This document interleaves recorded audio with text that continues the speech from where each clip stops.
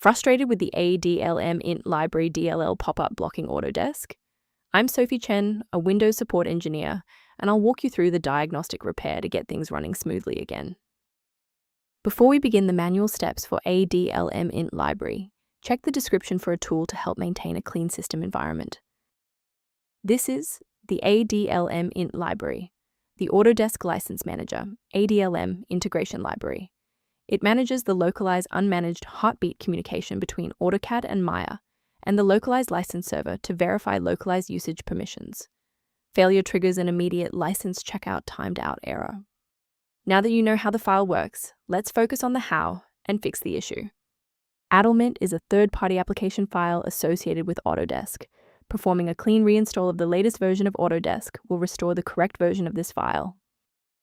If you're still finding yourself stuck after the reinstall, our next priority is to check for any active blocks in the system path.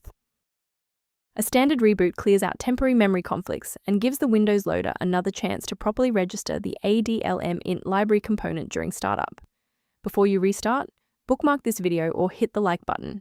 It makes it much easier to find this tutorial in your history so you can pick up exactly where we left off. Since that didn't resolve it, let's pivot to step 3 to address the root cause directly. If you need to pause the video to get your workspace ready, take your time.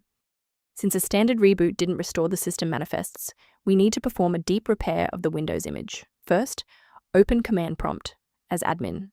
Second, you're going to type dism /online /cleanup -image /restore health, then hit enter.